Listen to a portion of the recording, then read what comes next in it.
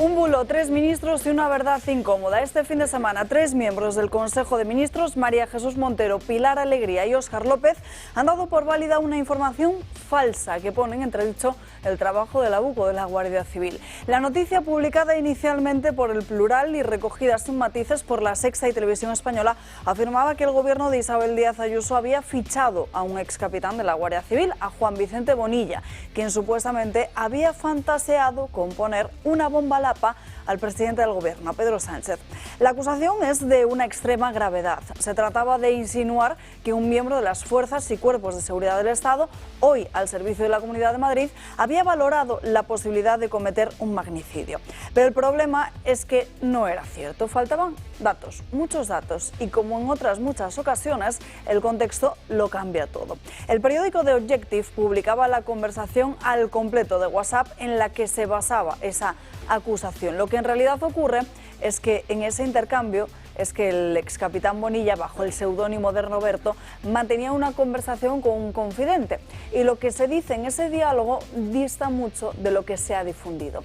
No es Bonilla quien quiera atentar contra la vida del presidente, sino él mismo quien habla de la posibilidad de ser víctima de un atentado por estar investigando, y es literal, a los que trincan.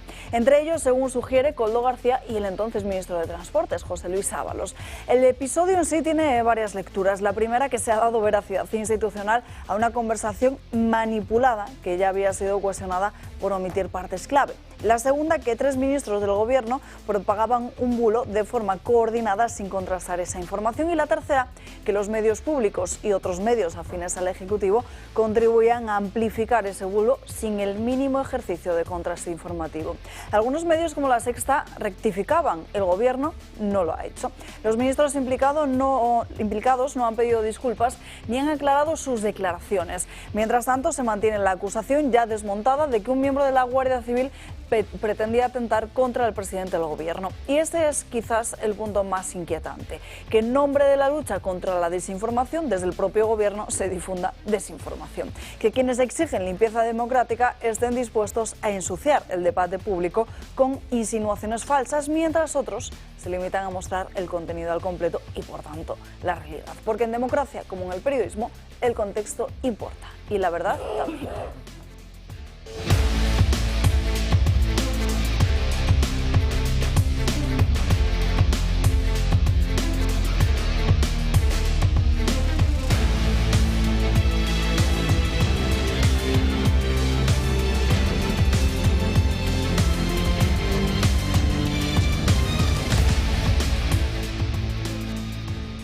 Muy buenos días, comenzamos este lunes, comenzamos ya el mes aquí en Dando Caña en este 2 de junio en el que celebramos en el santoral del día de hoy San Marcelino y San Pedro. Muchísimos asuntos de los que hablar después de este fin de semana, no solo por ese bulo de la bomba Lapa, sino también muchísimas otras cuestiones en plano más bien internacional, después de los disturbios sufridos en París, también esta misma noche, tras esa victoria del PSG en la final de la Champions. Les contaremos también todas las novedades que aparecen publicadas hoy en la prensa y, por supuesto, en página internacional seguimos mirando hacia Europa, porque este fin de semana, el domingo concretamente, se celebraron las elecciones presidenciales en Polonia y parece que por lo que votan los ciudadanos se difiere bastante de lo que veíamos en estos últimos años en los diferentes gobiernos. Enseguida se lo contaremos. Mientras tanto, comenzamos con el comentario de Josep María Francas. Muy buenos días. Pues muy buenos días. Pues mira, ¿cuándo fue? El sábado, creo, a raíz de una noticia publicada en Vox Populi, tuve la sensación de que somos un poco profetas.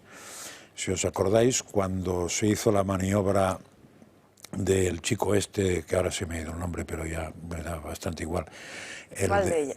No, el de Badajoz, el de extremeño. Gallardo. Sí, Gallardo, este. Miguel Ángel Gallardo. Aquí dijimos que todo el mundo decía, uy, que se quiere defender, y dijimos que probablemente iba por otro lado la cosa.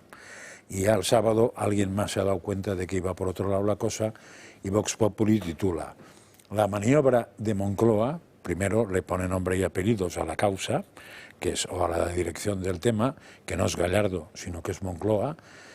La maniobra de Moncloa por aforar en diferido a David Sánchez retrasará, y ahí viene la clave del tema, al menos el juicio 8 meses. Aquí se dijo bastante que la gracia estaba en eso, que lo otro era la zanahoria. O sea, Gallardo estaba dispuesto a quemarse a lo bonzo porque, claro, el ridículo que ha hecho es, en fin, como para huir del país, pero por algo, porque alguien le está diciendo lo que tiene que hacer y le está marcando territorio. ¿Y por qué se hace? Porque dilatar la maniobra son 8 meses más en que no veremos a David Sánchez en el banquillo, que es lo que en teoría a Pedro Sánchez le preocupa, supongo que después de su mujer. Le preocupa poco porque si con su mujer estuvo 5 días, con este no dedicó en una mañana de asueto, pero en fin. De todos modos, la noticia, esto lo quería sacar porque me parece importante, pero la noticia este fin de semana ya la has relatado tú, que es la del bulo, o como se quiera llamar, sobre la bomba Lapa. Hoy, esta mañana, yo escuchando la prensa, porque ayer vi un programa especial que hizo Iker Jiménez, que está muy bien, que es de los pocos que se adelanta ahora mismo, y esta mañana escuchando la prensa he oído muchos comentaristas, claro, ninguno defiende la maniobra, de los que había en televisiones. Pero es indefendible. Bueno, no, la verdad es que no he escuchado Tele1, la hincha como se llame, no sé lo que ha dicho, por la gente habrá dicho que es muy defendible porque algo pensaría, no sé, es un problema de cabezas raras. Pero han tachado la maniobra de bochornoso. Y me parece que no se puede decir que sea bochornoso esa actitud, es otra cosa. O sea, como mínimo será incapacitante, descalificante. O sea, el político que después de haber... primero, el que se ha tirado a la yugular sin datos y el que después de con datos sigue en la yugular o ha bajado un poco a otra arteria o a otra vena, pues eso se descalifica por sí mismo, ¿no? Y no se me ocurren muchos calificativos. Hombre, sí está claro que la actitud sobre este bulo retrata una serie de personajillos, tanto en prensa, que excepto unos que han rectificado, también se podían haber ahorrado la rectificación si no hubieran estado esperando a ver de dónde sacaban tajada, pero en fin, los que han rectificado menos, pero los que no han rectificado, sean prensa o sean políticos, yo no sé cómo se les puede tachar, no sé cómo se les puede calificar, pero está claro que han prostituido su profesión. Igual eso da una pista. Desde luego. Nos acompaña también en esta mesa Miguel Robledo, muy buenos días. Buenos días. Y también Carmen Lobelle, ¿qué tal? Hola, buenos días. Pues empezamos, si les parece, con este asunto que desde luego en plano nacional ha sido lo más comentado de este fin de semana y de hecho, Francas, lo que veíamos en el día de ayer en Televisión Española es incluso cómo se recogían las diferentes declaraciones de Óscar López, de María Jesús Montero, sin el contexto necesario para ello, porque se emitían esas declaraciones como si fueran mítines de fin de semana, sin hablar precisamente de esa campaña del bulo de la bomba Lapa o de esos mensajes precisamente de Bonilla. Veamos precisamente la cronología, cómo ha sido precisamente toda esta desinformación soltada en el fin de semana por 3 ministros plenamente coordinados. El gobierno de Pedro Sánchez lleva tiempo hablando de cómo combatir a los pseudomedios y los bulos que propagan. Informaciones no veraces, a su parecer, medios no legítimos, ajenos a su control. La situación se ha revertido ya que el propio Partido Socialista ha propagado, a través de un Mediafín, El Plural, una conversación entre un agente de la UCO, el capitán Juan Vicente Bonilla, y un confidente. Hablan sobre el caso Koldo. En la publicación se puede leer cómo Bonilla dice a su confidente que aproveche los 2 años de sanchismo que quedan, a lo que responde: no te imaginas hasta qué punto. Bonilla replica: o una bomba Lapa en los bajos, a lo que el confidente dice que podría ser. Y Bonilla remarca que el autor puede ser algún sicario venezolano. La información viene acompañada del fichaje del capitán por parte de Ayuso, alegando que el Ejecutivo teme la existencia de una UCO patriótica, que trabaja para hacer caer al gobierno de Sánchez. Han omitido partes importantes de la conversación, el contexto. El diálogo no es el que han expuesto.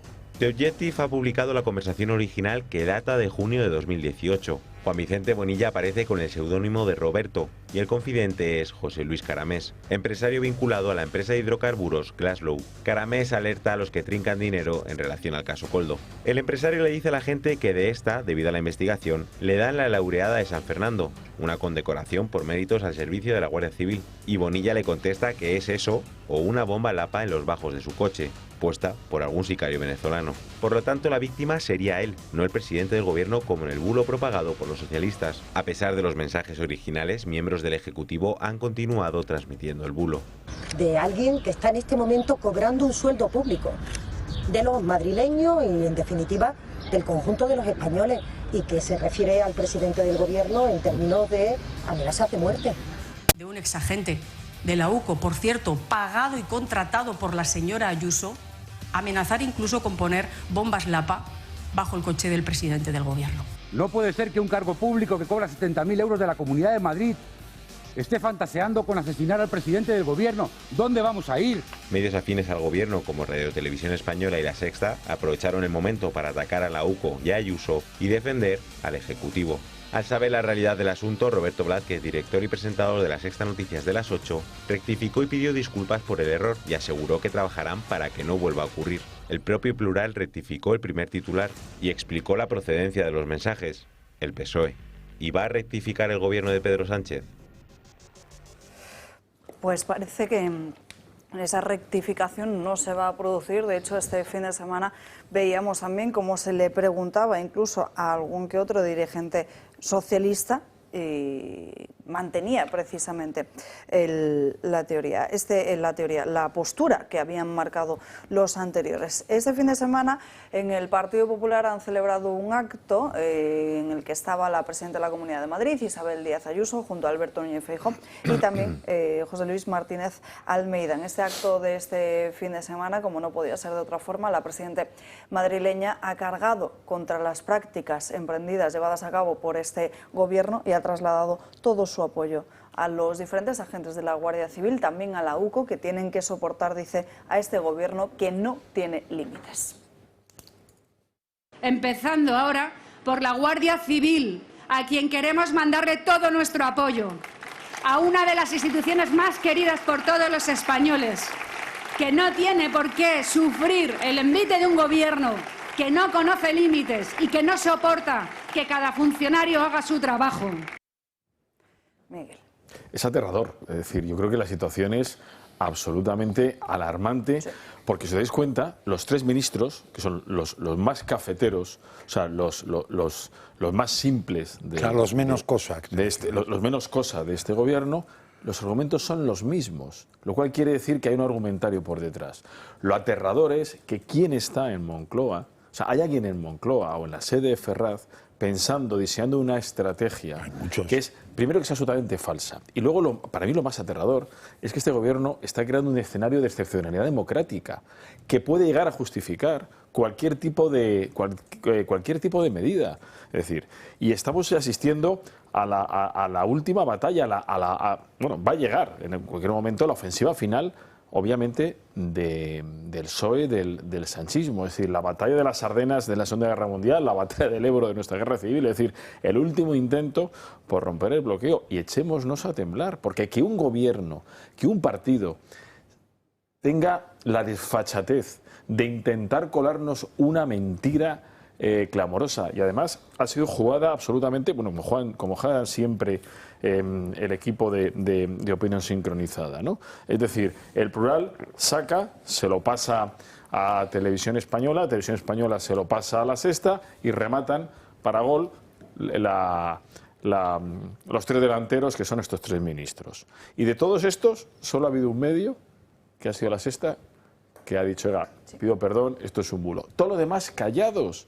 O sea, esto es una auténtica vergüenza. Y además volvemos a lo mismo. Esas conversaciones, ¿de dónde salen? ¿Por qué se malinterpretan? ¿Quién se las pasa? Y además hay un pivote en todo esto que es constante.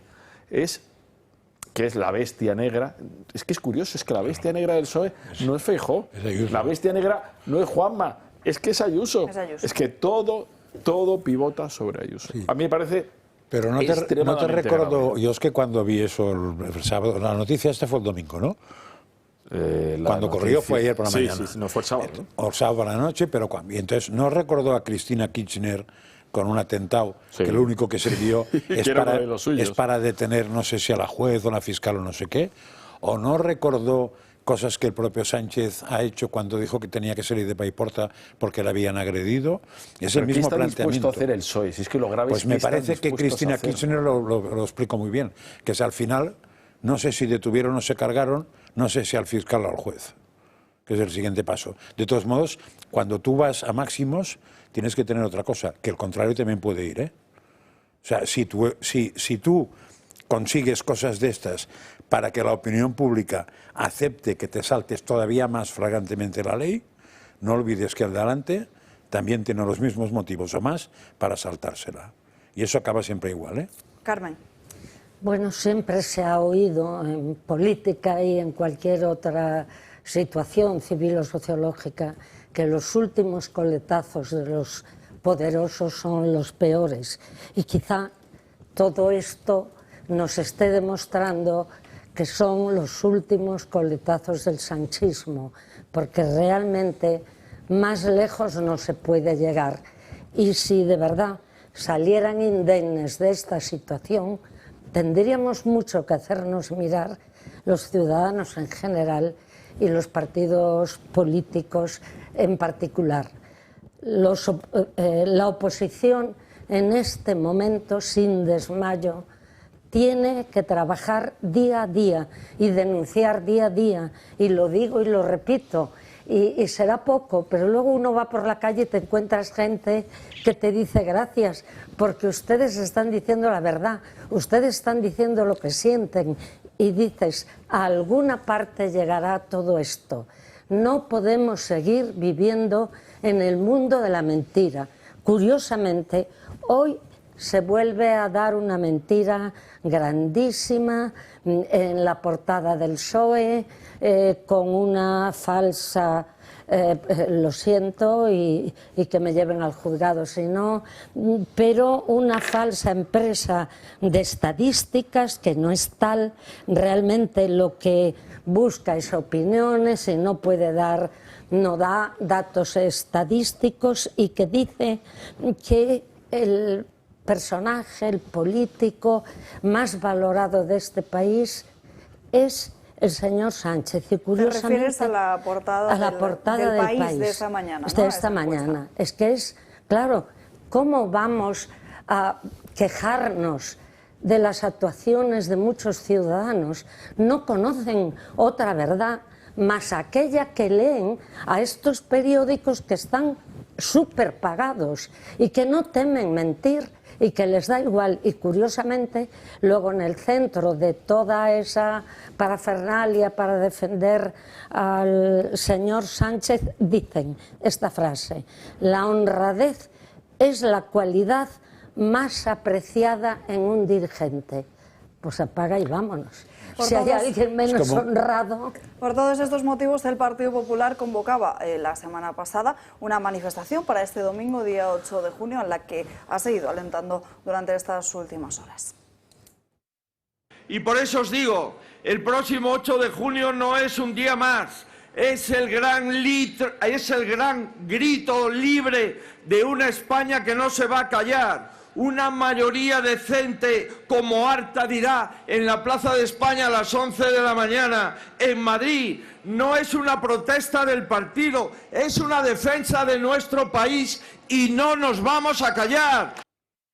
Las críticas a esa convocatoria han llegado desde Vox en este fin de semana, sobre todo después de que desde Génova 13 no se haya apoyado de una forma tan firme otras llamadas a la movilización por parte de la sociedad civil. El presidente de Vox, Santiago Abascal, ha participado este domingo en un encuentro con afiliados en Madrid, acompañado de Isabel Pérez Moñiño, la portavoz de Vox en la Asamblea, y también de José Antonio Fuster, a las que escucharemos dentro de unos minutos en la habitual rueda de prensa de todos los lunes. Ha comenzado su discurso recordando que la principal dificultad para echar a Pedro Sánchez es la estafa del Partido Popular debido a todos sus pactos en Bruselas, algo que pide romper desde ya mismo, y también ha sido muy claro en cuanto a la presencia de Vox en esta y otras manifestaciones convocadas por el PP. La principal dificultad para echar al gobierno criminal de Pedro Sánchez es la estafa del Partido Popular, que con su pacto en Bruselas sostiene hoy a Pedro Sánchez en el Palacio de la Moncloa. Porque el Partido Popular lo que quiere es poder destruir a Vox para pactar con el Partido Socialista, y porque lo que quieren es ofrecer, después del pacto con el Partido Socialista, una salida a Sánchez. Nosotros no queremos dar una salida a Sánchez. Nosotros queremos echar a Sánchez, echar a las políticas de Sánchez y sentar a Sánchez en el banquillo de los acusados. Y la de hoy ha sido una mañana de diferentes encuestas en los medios de comunicación. Empezamos, si les parece, por la elaborada por GAT3 para ABC, que muestra un impulso del Partido Popular y de Vox frente al bloque de la izquierda. Según este sondeo, el Partido Popular ganaría las elecciones, lo haría con 145 escaños en el Congreso de los Diputados. Por detrás estarían los socialistas con 110 y Vox, fíjense, que sube hasta los 41, mientras Sumar decae hasta los 11. Así las cosas, populares y los de Santiago Abascal le sacarían unos 39 escaños de ventaja al bloque de Pedro Sánchez con los partidos de la izquierda y también los nacionalistas. Seguimos, si les parece, con el estudio que publica Sigma 2, el que recoge El Mundo en su portada, aunque el escenario viene a ser bastante similar en cuanto a las posiciones, no tanto en los números de asientos en la Cámara Baja. El Partido Popular, ya lo ven, lograría unos 149 diputados, que vienen a ser unos 12 más de los que obtuvo en 2023.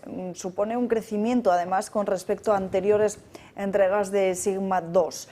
Todo ello, ya lo ven, con un Vox que también está al alza, el Partido Socialista que no decae tanto, pero los partidos que integran toda esa coalición al frente de la Moncloa, capitaneado por Sánchez, contarían con 130 representantes frente a los que obtuvieron hace 2 años, que fueron 152. Y terminamos con la del País, que no habla en diputados, sino que se refiere a un porcentaje de voto. Recortaría el Partido Socialista distancias con el PSOE, se acercaría a ese 30% de las papeletas depositadas en las urnas, y Vox sería, según esta encuesta, el único partido que mejoraría los resultados obtenidos en las urnas en el año 2023. Hay otra información también muy interesante que publican en El País, que también está basado en los datos que les ofrece 40DB para El País y la SER, que es como Pedro Sánchez sería el líder político mejor valorado entre sus propios votantes. No solo Pedro Sánchez, sino que el siguiente sería, según este sondeo, Santiago Abascal, que tendría mejor respaldo dentro de su propia formación que Feijóo dentro de lo que viene a ser el Partido Popular. En fin, Miguel, no sé, encuestas son encuestas, pero estas son las tendencias, y lo que sí estamos viendo es que de momento el Partido Socialista resiste, aunque no podemos fiarnos, como hicimos en el año, como les pasó a muchos en el año 2023, que luego vimos lo que realmente sucedió en las urnas. Pues mira, aquí es leña al mono hasta que hable inglés, quiero decir, aquí no se puede bajar ni un segundo, las encuestas simplemente van ratificando quincena a quincena una tendencia muchísimo más clara que incluso que la que había en julio, hace un año, en julio del 23, sí. Que es que ya han pasado 2 años y parece que ha pasado solo 12 meses. Sí. ¿No? Pero, evidentemente, yo esta mañana hablaba con un dirigente del Partido Popular que me estremecía, ¿no? Porque decía que no hay que meter presión, que bueno, que poquito a poquito, que esto se va a caer solo. Como Aznar. Y no. Pero no era el Aznar del 93 ni del 96. No, Aznar lo dijo el otro día. Pero si es que lo que no tenemos que olvidar es que un político tiene que responder a la calle y a una sociedad y a un país que lo que está pidiendo a gritos es que alguien haga frente, más allá de declaraciones que están magníficas, que están muy bien, en un Congreso de los Diputados. Es decir, que tiene que interpretar también en la calle. A mí esta manifestación me parece muy bien, pero es insuficiente. Es decir, porque luego ya acaba la manifestación, como estamos ya en junio, vámonos de vacaciones. Y ya en septiembre, octubre, pues ya volvemos a la carga. Y que también es cierto que luego lo de las manifestaciones de partido, hace apenas unas semanas, la que Marcos de Quinto nos mencionó aquí, se realizó una manifestación en Colón, y el respaldo que se obtuvo por parte de ciertos, bueno, de Génova 13 directamente, fue muy tibio. Entonces, claro, es que no podemos pretender convertir las manifestaciones en mítines electorales tampoco. Sí, yo diría que más que tibio fue, no me queda más remedio que decir que me gusta a última hora y ya está. A ver, sí, pero mandaron también, no fue la primera línea como tal. Por eso, que fue al final, porque no podemos estar al margen, con lo cual venga, vamos, ¿no? O sea, como última hora del restaurante mío está lleno, voy al otro, que va a ver qué me sirve. A ver, desgraciadamente, y lo siento, pero el PP y Vox no se pueden quedar al margen de ningún tipo de actividad frente a Sánchez. Lo siento mucho. No se pueden quedar al margen, no se pueden permitir el lujo de quedarse al margen. Si se monta una manifestación este fin de semana, evidentemente el PP la ha montado mal, porque tenía que haber perdido la media hora, los 3/4 de hora de la llamada telefónica o de la reunión con Vox para decir cómo hacemos para no encontrarnos separados, lo tenía que haber hecho. No lo ha hecho, muy mal. Pero allá que ha hecho la manifestación, Vox no se puede quedar fuera, lo siento mucho, no se puede quedar. Y si se queda fuera, pues está, ¿a quién hace el favor? ¿A quién le da el oxígeno? Que me lo expliquen, porque no lo pillo yo esto. Si va, le da oxígeno fijo, relativamente, porque la gente de Vox sabe perfectamente quién es quién. Y si no va, le da el oxígeno a Sánchez. Chico, tienes un problema. Es verdad que hasta ahora el PP lo ha dejado solo cada vez. Bueno. Lo ha dejado solo en otras manifestaciones y lo ha dejado solo, no olvidemos, en 2 mociones de censura. Ya. De los cuales en una de ellas ni siquiera el candidato era de Vox, era otro. Y era otro precisamente para que el PP no tuviera la excusa de decir yo contigo no quiero saber nada. Pero vuelvo a decir, para mí la mayor no es que no nos vean juntos, la mayor es tenemos un enemigo, y digo enemigo en este caso, no contrincante común. No porque lo tengan ellos, sino porque lo tenemos los ciudadanos. Desgraciadamente los votantes del PSOE también, aunque no se enteren. Y me da la sensación de que ahora mismo, aunque no sirva para mucho, hay que hacer un pressing bestial al votante del PSOE, porque llegará un momento que le tiene que entrar vergüenza. O sea, lo de este domingo ya no es que sea vergüenza, es que es encontrarte, para no poner el ejemplo machista, yo soy la mujer, yo soy el hombre, me encuentro a la mujer con 7 vecinos en simultáneo y entonces salgo para defenderla. Oiga, me refiero a encontrarla, no hace falta que explique la situación, ¿no? Y después hay que meter mucha presión a la bestia a esos partidos que apoyan al PSOE, porque eso tiene que tener coste electoral para ellos, para todos, para todos, no excluyo ninguno, pero algunos más que otros. O sea, lo del PNV ya dije aquí como lo calificaba yo el otro día. Porque claro, después del show que montaron para echar a Rajoy, después de haber votado los presupuestos, por una frase de corrupción genérica, y con la suya ya no entro, ahora que se traguen todo esto, yo no sé qué es prostituir la política, pero en fin. Todo lo que estás diciendo lo comparto, y hay además una cosa muy clara, es que vos, diciendo que no se acuda a esta manifestación, hace que todos aquellos que lo critican en medios de comunicación, no me refiero ya solo a la izquierda, sino a otros que están del otro lado, están diciendo ya, vos todo lo que hace termina apoyando al Partido Socialista. Y entonces hay que evitar esa situación. Esta manifestación ciudadana, bien convocada o mal convocada, que lo haya hecho mejor o peor Feijóo, que es cierto que muchísimas veces se portan horriblemente con vos, pero vos gana mucho más y serían mucho más creíbles y la gente aceptaría muchísimo más su postura si son capaces de decir, esta manifestación ciudadana, la convoque quien la convoque, nosotros vamos a estar allí, porque los ciudadanos de Vox son los más interesados y los que quieren poner más fuerza en que se vaya Sánchez. Y por tanto, si esta manifestación que se prevé, y ojalá sea de verdad muy grande, muy fuerte, muy importante. Yo he escuchado ya a familias completas que dicen, este domingo vamos a estar allí. Una vez más, vos se quedaría atrás o se quedaría fuera y además daría lugar a que todos esos los critiquen. De acuerdo que hay mucha gente en el PP, otra más que Feijóo, el mismo Aznar, muchas veces si estuviera callado ganaría más, y se lo digo a él delante, parece que se lo sabe todo y que puede opinar cada día. No, es que la fotografía de Colón, pues mire usted, la están convocando en la Plaza de España. Yo soy Vox y digo a mi gente, no hemos convocado la manifestación, pero queremos que se vea que el pueblo está contra Sánchez. Por tanto, sois libres, toda la gente pero de Vox, entonces, para Carmen, lo que se participar. tendría que haber hecho es precisamente lo que señala Francas, desde Génova 13 hacer esa llamada a Bambú cuanto antes y empujar a la sociedad civil para que sea quien llame a esa movilización en las calles y sean los partidos los que se unan, pero es que resulta evidente que si el Partido Popular convoca una manifestación, Vox no vaya a querer ir, al igual que cuando Vox ha convocado manifestaciones desde el Partido Popular también se han Feijóo ha hecho una corrección muy se ha leve. retirado un poco ahora, sí. Exacto. Diciendo ahora que se ha dado que cuenta, no es de partido, que es ciudadana. Y vos, un partido político con inteligencia, se agarra a un clavo ardiendo. No tiene que enfadarse ni tiene que vengarse en este momento de lo que haya hecho el Partido Popular. Vosotros sabéis que yo lo he criticado muchísimas veces aquí, pero hoy ponerse contra una manifestación que el pueblo estaba pidiendo, si él la convocó y después, ya digo, ha hecho esa pequeña corrección que seguramente es lo que puede hacer con todo lo que tiene alrededor, porque él también tiene alrededor una serie de gente que muchas veces no le deja actuar como quiere. Sí, lo que pasa es que también tampoco nos engañemos, ¿eh? O sea, la manifestación es dejar sin postre a Sánchez, ¿eh?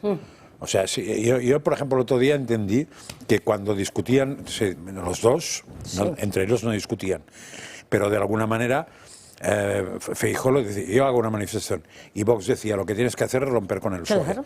Creo que las dos cosas hay que hacerlas, o sea, no nos podemos quedar con una manifestación, y ahí tiene razón Vox, que lo que tiene que hacer el PP es la manifestación que se noten hechos, que no está con el PSOE. Y para notarse en hechos hay que romper todo pacto en un ayuntamiento, en donde sea, lo que hizo Vox con el PP por el tema de los menas. Pues hay más motivo para hacerlo ahora con un tema más importante. El Niagua, que tantas veces hemos repetido, disculpadme, que tenemos que irnos a la primera pausa de publicidad del día de hoy, apenas unos minutos, y enseguida regresamos. ¿Y si este fin de semana descubrieras el Madrid que no te esperas? La comarca de Las Vegas y la Alcarria de Madrid te abren sus puertas con una propuesta única de turismo rural, cultural, natural y sabroso. Descubre 4 de las villas de Madrid más auténticas: Chinchón, Colmenar de Oreja, Villarejo de Salvanés y Nuevo Baztán. Pasea entre su historia, sus plazas, sus museos etnográficos y siente el alma de la comarca. Si lo tuyo es la naturaleza, prepárate para recorrer rutas como la de los Cortados de Titulcia o la Senda Ecológica del Tajo. Y no te pierdas sus centros de educación ambiental. En Ambite y Corpa la naturaleza se entiende y se vive. ¿Te gusta el aceite de oliva de verdad? Entra en Bodegas con Historia, prueba aceites de almazaras familiares y vive experiencias de oleoturismo inolvidables. Súbete a la bici y recorre la Vía Verde del Tajuña o el Gran Tour Ciclamadrid. Y si lo tuyo es el sabor del campo, visita fincas como Te Traigo la Huerta o la Huerta de Carabaña, con productos de kilómetro cero y un menú degustación que te hará quedarte más de un día. Porque este rincón de Madrid no es solo para una excursión, es para vivirlo con calma.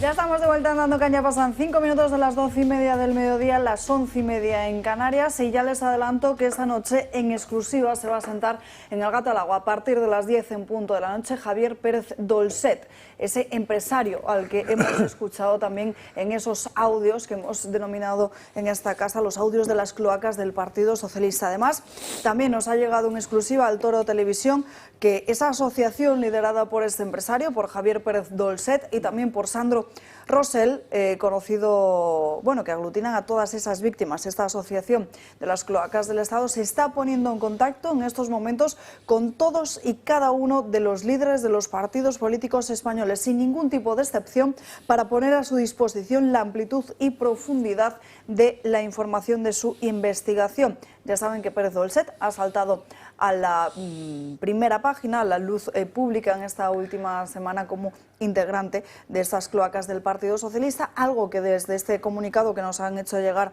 al Toro Televisión han desmentido, insiste en que desmiente públicamente con mucha contundencia. Además, también confirman que la intención que tiene esta asociación es dar cobijo a todas las víctimas, independientemente de su inclinación política, y que no se considere que su información tiene inclinación alguna de beneficio para un partido u otro. Según nos confirman, van a poner a disposición de todos los partidos políticos el contenido de esa investigación que viene realizando durante los últimos 7 años y que, según afirman, demostraría, atención, la existencia de 167 operaciones ilegales realizadas por la policía entre los años 2008 y 2017. ¿Quién las autorizó? ¿Quién las encargó? Y estarían hablando en estos momentos de ministros, secretarios de Estado, líderes de partidos políticos y diferentes empresarios. Se trataría, según ellos, de diferentes operaciones de espionajes ilegales usando policías, seguimientos y pinchazos telefónicos, fabricando también pruebas policiales falsas para la construcción de causas judiciales sin base real, pago de soborno a funcionarios y todo ello con la participación, dicen, de algunos jueces y fiscales. El archivo acumulado incluye, aseguran, 3 millones de documentos y miles de horas de grabaciones de audio. Todos los detalles esta noche a partir de las 10 en punto en El Gato al Agua con José Javier Esparza, y esa entrevista, la primera en exclusiva en televisión, al empresario Javier Pérez Dolcet. En estos momentos, rueda de prensa José Antonio Fuster en directo. Nos vamos hasta la sede de Vox, hasta Bambú número 12, para escuchar qué es lo que está diciendo en estos momentos el portavoz nacional de la formación, criticando precisamente al Partido Popular, que no rompe, dice, sus pactos con el PSOE en Bruselas. Esta es la verdad y la tienen que saber los españoles. Nosotros creemos que la mayoría de los españoles ya lo saben, pero no dejaremos de insistir en ello.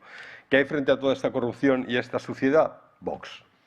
¿Por qué? Porque siempre decimos que lo peor de Sánchez está por venir, sí, pero lo mejor de España también. Y para conseguir lo mejor, lo que hay que hacer es echar a Sánchez, echar todas las políticas de Sánchez y echar las llaves de las celdas a las que tienen que ir sí o sí todos los integrantes de la banda. Nosotros no vamos a parar hasta verlos sentados en el banquillo de los acusados. Vox representa una alternativa para dejar atrás este capítulo negro de la historia de España. Vamos a reconstruir todo lo que han destruido. Uy, esta frase es nuestra. Si se lo oyen decir a otro, que sepan que es plagio, ¿vale? Y también vamos a hacer a España grande de nuevo. Bueno, esta no se la ha escuchado todavía a nadie más, al señor Feijóo no se la ha escuchado, pero bueno, lo que tampoco nos han copiado, parece ser, nuestros amiguetes del Partido Popular, es en nuestra oposición radical al injusto sistema de acceso a la universidad, que comienza esta semana. Desde Vox queremos denunciar una vez más el profundo desequilibrio e injusticia que representa el actual sistema de prueba de acceso a la universidad. Este sistema, lejos, muy lejos de garantizar la igualdad de oportunidades para todos los jóvenes españoles, perpetúa una España fragmentada, con 17 criterios distintos de evaluación, 17 exámenes diferentes y 17 formas de medir el mérito y el esfuerzo. Esto es una anomalía diseñada para fragmentar España y separar y dividir a los españoles. Esto no es libertad, no lo es. Esto no es mérito, esto no es justicia. En Vox defendemos que la igualdad ante la ley debe empezar por la igualdad en la educación y la igualdad en el acceso a la educación superior. El Estado tiene la obligación de garantizar que ningún joven se vea penalizado por haber nacido o estudiado en una región concreta. Por eso, el día que gobernemos, y ese día llegará, no solo recuperaremos las competencias educativas para asegurar una educación igual para todos los españoles, sino un sistema único de acceso a la universidad en toda España. Una única prueba nacional, con los mismos exámenes, con los mismos criterios de corrección y los mismos baremos. Solo así se podrá premiar de verdad el mérito, el esfuerzo y la capacidad de nuestros jóvenes sin discriminaciones territoriales ni injusticias socioeconómicas, que las hay. Si tenemos un distrito universitario único, solo podemos tener una prueba única de acceso a la universidad. Además de verdad, mírenlo bien, el fraude profundo que significa esto en el acceso a las academias militares. Por lo tanto, fraude en el sistema de acceso a la función pública. Nosotros no entendemos que nadie haya reparado en esto. Es inadmisible que un alumno tenga que cambiar su futuro o renunciar a su vocación por una injusticia. No. Es inadmisible que con el mismo talento tenga más opciones si vive en una región con exámenes más fáciles. Esta situación no solo vulnera el principio de igualdad consagrado en nuestra Constitución, nuestra pobrecita Constitución, sino que también socava la cohesión nacional y el sentido mismo de justicia que debe presidir todo el sistema educativo. Críticas de José Antonio Fuster, lo acaban de escuchar, a esa desigualdad que hay entre las diferentes comunidades autónomas a la hora de esos exámenes a los que se van a enfrentar muchos jóvenes estudiantes en España para poder acceder a la universidad. De ello hablaremos. Vamos a seguir muy pendientes de esta rueda de prensa de Fuster y sobre todo de cuál va a ser la valoración de lo sucedido este fin de semana en París, después de la victoria del PSG al Inter de Milán en la final de la Champions, que dejan desde luego un balance trágico. Fíjense, así es como ha quedado la Torre Eiffel, todos sus alrededores, porque a pesar del fuerte dispositivo policial, hasta 3 personas han fallecido en este fin de semana. La primera víctima, un joven de 17 años que murió apuñalado. La segunda, una mujer que perdió la vida tras ser atropellada. Y la tercera, un hombre de unos 20 años que falleció al ser embestido por un coche mientras circulaba en una moto, en una scooter.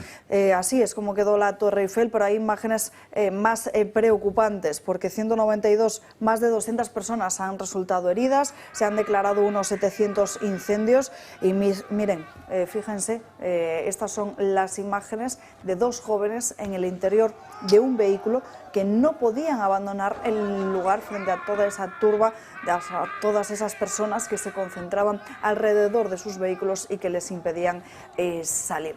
Más de 600 detenidos en Francia por diversos incidentes. Ya antes del inicio del segundo tiempo del partido se habrían producido unas 59 detenciones por lanzamiento de pirotecnia. Las imágenes que están viendo en sus pantallas es la que se repite en la mayoría de los comercios. Incluso los agentes tuvieron que hacer uso de un camión con un cañón de agua para proteger la plaza donde se encuentra el Arco del Triunfo. Además, muchas de estas personas intentaban acceder a pie a la autopista, algunos lo conseguían y las fuerzas del orden tenían que intervenir sistemáticamente para detener la circulación. Las autoridades habían desplegado, atención, un dispositivo masivo de unos 5.400 agentes en París y también su área metropolitana para evitar lo que están viendo en sus pantallas, que al final no se pudo evitar. Continuaban los incidentes en la noche de ayer por segunda noche consecutiva después de que el PSG se coronase por primera vez en su historia como campeón de la Champions tras arrollar al Milán. El presidente Macron también condenaba estos enfrentamientos muy graves después de esta victoria y recalcó que son inaceptables, aunque todo parece indicar que sigue obviándose cuál es el problema, la realidad de lo que todos nuestros ojos pueden comprobar precisamente en todas estas decenas de vídeos que se han viralizado a través de las redes sociales y que no es otra cosa que fruto de la inmigración ilegal. Miguel. Bueno, yo creo que aquí hay 2 cosas, ¿no? Uno, Francia tiene una afición a la revuelta histórica, ¿no? Y en segundo lugar, antes de ir a la tercera, en segundo lugar, yo también quiero recordar que cualquier celebración, también en España, yo no sé por qué, a partir de cierta hora sale lo mejor de cada familia, y aquí lo hemos visto en Madrid, no en estas últimas del Real Madrid, pero en las primeras después de tantos años en la Copa Europa. Las últimas es que no han sido, ¿eh? Las últimas es que no han sido. No, que han estado tranquilas. Pero también en Madrid ha habido disturbios. Que no había nada que celebrar, digo. En Francia en París todo adquiere una dimensión absolutamente inusitada. Hombre, y es normal, como es lógico, pues que haya migrantes, bueno, porque es una realidad que tiene París, ¿no? O sea, yo creo que esto tiene mucho que ver con violentos per se, que aprovechan cualquier circunstancia, da lo mismo que sea ganar la Copa de Europa o los Juegos Olímpicos o cualquier historia. Excusa es válida. Es decir, yo creo que, pero vamos, dentro de esta tradición de Francia, que es salirse a la calle a hacer barricadas. Pasa que la diferencia entre lo que pasa en Barcelona y lo que pasa en Madrid no tiene nada que ver con lo que pasa ahí. Y lo que nos tiene que preocupar es saber a dónde vamos si no corregimos. Porque lo que pasa ahí puede acabar pasando aquí. Porque menos mal que ganaron. Que, por cierto, me perdí el partido y me he arrepentido de haberlo perdido, porque debió ser un buen partido, supongo, no lo sé. Pues yo solo me vi la primera parte y fue muy aburrido. ¿Y cuántos metieron en la primera parte? 3, si no me equivoco. 3. Ah, pues yo pensé que había sido... La segunda me la perdí. Ah, no, pues no lo vi. Pero si le gana a perder, ¿qué pasa? ¿Que queman la Torre Eiffel aunque sea metálica? No. Puede ser. Porque no, supongo que no eran italianos los que estaban rompiendo París, ¿no? Eran tifosi. Pero es que lo que es alucinante es que ya se preveía que esto podía suceder y que aún así con un dispositivo de casi 6.000 agentes no se haya podido evitar esto. Yo lo sé porque mis hijos me comentaron, juega el PSG, verás lo que va a pasar en París. Y digo, ¿por qué decís eso? Si es que París, las últimas veces... En todas estas partes, en estas celebraciones se convierte en algo muy chungo. Os quiero recordar que hace 2 años fue, ¿no? La última Copa Europa del Madrid, que se jugó en París. La gente robaron a la gente, pero en el camino estaba Julio y tuvo que salir por piernas. Entradas falsas, gente saltando, robos, agresiones. Bueno, y el extrarradio de París, los problemas que ha tenido en los últimos años. Lo estamos hablando, ya sabes cómo actúan, o sea, dónde está la policía permanentemente. Y luego estamos hablando de una superciudad, es decir, ¿cuántos millones tiene toda el área metropolitana parisina? Ahí es donde está el problema, querríamos de los suburbios. Ahí es donde está el problema. Que vienen todos ahí. Pero ahí es donde está el problema. Si no has cuidado tu ciudad, porque has dejado que haya guetos y que haya mucha clase social distinta y que haya viviendas y infraviviendas, etcétera, etcétera, pues acabas teniendo un África o un lo que quieras dentro de Nueva York. Ya, pero que en Madrid, Nueva York le pasa igual. En Madrid ha habido celebraciones también que a partir de la 1 de la mañana en la zona de Castellana cargaba la policía porque eso se desmadraba. Y en Barcelona, en la Canoneta. Pero una cosa son incidentes locales. Otra cosa es un grupo de jóvenes que al final ya vemos como muchas veces quedan en las calles con decenas de botellas y un estado desde luego cuestionable. Y otra cosa es estas imágenes que estamos viendo que no son un grupo aislado. No. O sea, aquí lo que nos falta seguramente es esa imagen que suele ser habitual de los Campos Elíseos, donde ya las tiendas de lujo toman nota y ya se parapetan y blindan con madera sus escaparates, porque es la segunda fase. Esas no son gentes que vinieron al partido de fútbol y que están celebrando el triunfo del Paris Saint-Germain. Son gente que esperan al final para estas que son mucho más que algaradas. Pero recordemos todos que en París hay zonas donde no entra la policía. Y aunque ahora hablábamos de las zonas de lujo y en la Place Vendôme, yo he visto, la última vez que fui, que me quedé sorprendida, emigrantes durmiendo en la calle con los colchones puestos allí, y dices tú, mira, ahí está Cartier, ahí está... y mujeres encima del colchón con niños pequeños, incluso una amamantando allí a su bebé. Luego es que París poco a poco ha llegado a unos límites que le llevan a estas situaciones. Cambiamos rápidamente de asunto y saludo, que tenemos ya conexión en directo con él, a Pablo Cambronero. Pablo, muy buenas tardes. Hola, muy buenas tardes. Encantado de estar aquí con vosotros. El placer es nuestro, ya lo sabes, porque te seguimos de forma diaria casi en las redes sociales, sobre todo después de los martes, que es cuando le toca el premio gordo a algunos. No sé quién se llevó el gordo de la lotería de la semana pasada del Consejo de Ministros. Bueno, hay varios premios que se repartieron en el Consejo de Ministros, algunos en forma de embajadas, como embajadas en un país muy remoto del Caribe para un socialista, y la embajada también de otros países norteafricanos. Pero bueno, parece que Costa de Marfil se ha llevado el gran premio de dinero de ese Consejo de Ministros, y hemos ido analizando, además de ese dinero, otro mucho dinero que se han ido llevando otras federaciones que sí que no han sido en este Consejo de Ministros, pero que son muy llamativas, como voy a mencionar varias, como la Federación de Mujeres Progresistas. Estamos hablando que, bueno, hemos hecho una recopilación de todo el dinero que se han llevado. Estamos hablando de 10,5 millones de euros que se han llevado en los últimos 3 años la Federación de Mujeres Progresistas, dirigida y presidida desde hace 18 años por una tal apellidada Besteiro. Sí, descendiente, al parecer, del Besteiro de la Segunda República. Rica, y que además ha dirigido y ha tenido cargos también en UGT, curiosamente, igual que su tío. Por lo tanto, bueno, parece que ha heredado demasiados cargos y que ahora está viviendo a buen ritmo de lo público con lo que pagamos de nuestros impuestos. Recuerdo, Federación de Mujeres Progresistas. Luego también, bueno, voy a mencionar varios ítems porque es muchísima la información y tampoco podríamos estar 3 programas, pero bueno, voy a analizar un poquito lo que ha sido la actividad de la semana en cuanto al análisis del dinero público otorgado, en este caso al extranjero. Parece que Egipto ha tenido un premio de 800.000 euros que se ha ido para, supuestamente, el manejo de los datos migratorios de Egipto. Y eso me ha invitado un poquito a una reflexión. Estando como está en vigor y estando además como está la guerra de Gaza, parece que nosotros nos hemos estado preocupando, mejor dicho, nuestro gobierno se ha estado preocupando de lo que es la gestión de datos migratorios en Egipto. Y le han dado a Egipto, supuestamente, siempre lo digo, 800.000 euros para la gestión de estos datos. Eso me invita a una reflexión y yo pienso, ¿se están manipulando datos o intentando manipular datos migratorios para atacar a Israel? Porque todos sabemos que Egipto comparte frontera con Israel y tiene salida directa de la Franja de Gaza.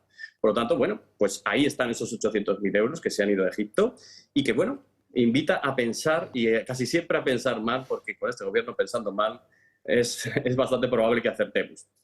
Marruecos se ha llevado 1 milloncito de euros para, y esto es bastante interesante, la gestión de las ventanillas GIRST. G-I-S-R, GIRST. Vale, estas ventanillas parece que se dedican a la reagrupación familiar de marroquíes en nuestro país. Por lo tanto, bueno, pues 1 milloncito de euros para esta atención a migrantes marroquíes, mientras Marruecos se gasta cantidades insidiosas de dinero en armarse hasta los dientes, cuando todos sabemos que siempre ha sido una amenaza bastante potente a nuestra soberanía en muchos territorios, incluso ya en territorio peninsular. Pues bien, no termina ahí la cosa y nos vamos a Costa Rica. Hoy vamos a hacer un viaje por todo el mundo. Costa Rica. Y esto lo tengo que leer porque de verdad invito a la audiencia y a ustedes mismos que están ahí en el plató a intentar explicar qué significa lo que ha escrito la AECID, Agencia Española de Cooperación Internacional al Desarrollo, cuando ha ofrecido esta ayuda de 779.000 euros, hay que recordarlo, 779.000 euros a Costa Rica. Leo literalmente: implementar escalamiento, modelo de negocio para transición para bioeconomía circular. 779.000 euros para esto.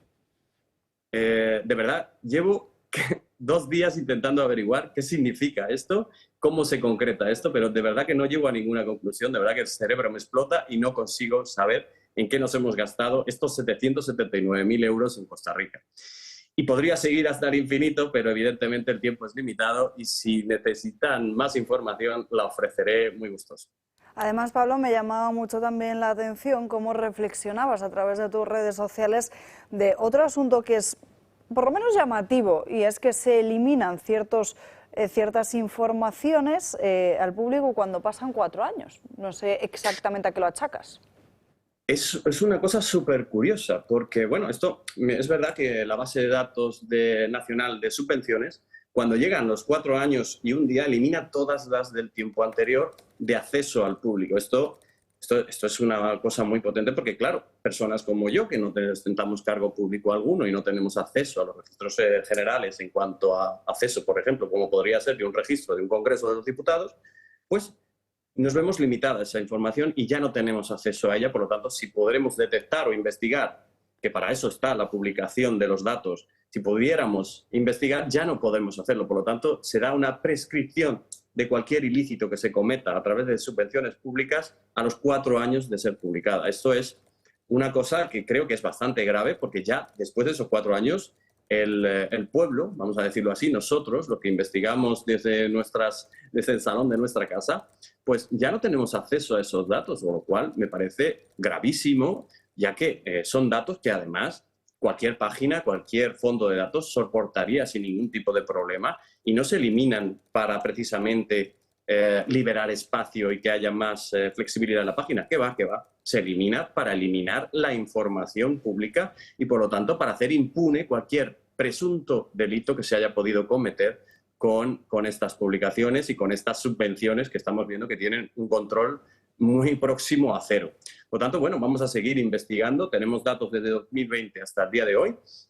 Lo estamos almacenando porque, evidentemente, vamos a investigar mucho más profundo muchas de estas subvenciones que suenan terrible, como la última que he mencionado.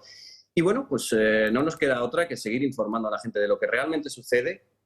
Por eso doy también gracias a este espacio y a este programa que siempre me sigue y que siempre está apoyando a la función que realizamos, y está bien que sepa la gente, cuanto más gente mejor, lo que sucede con su dinero público para que pueda también reaccionar y también vetar todas estas medidas que creo que además lastran a un Estado hasta el infinito y que además producen pobreza en los que realmente estamos pagando impuestos cuando vemos que se va ese dinero sin casi motivación. Y seguiremos en contacto, Pablo, para que sigamos siendo altavoz, pero mientras tanto animamos a todos nuestros espectadores a que te sigan leyendo también a través de las redes sociales. Un fuerte abrazo, gracias por atendernos. Un abrazo enorme y muchísimas gracias por el espacio.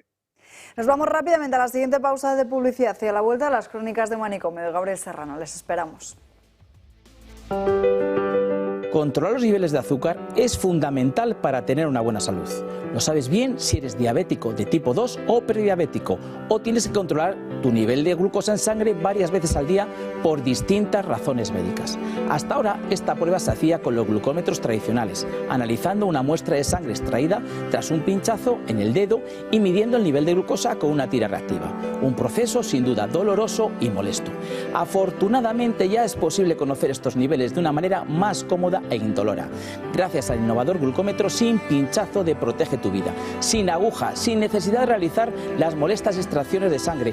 Este nuevo sistema no invasivo obtiene un resultado igual de fiable con la ayuda de los rayos infrarrojos, metiendo simplemente un dedo en la pinza similar a la que mide el oxígeno en sangre, con resultados en pocos segundos.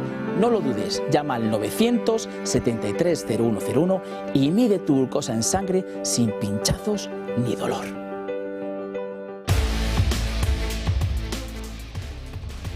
Seguimos dando cañón en punto de la tarde, llegamos al ecuador de este programa. Enseguida les contaremos y les hablaremos de Leire Díez, esa fontanera a trabajo del Partido Socialista, aunque en Ferraz lo niegan, pero sí que es cierto que van mucho por allí. Este fin de semana leía en las redes sociales un meme que decía: vaya por Dios, el hermano de Sánchez que no sabe dónde trabaja y la otra que no trabaja, pero sí que va a Ferraz.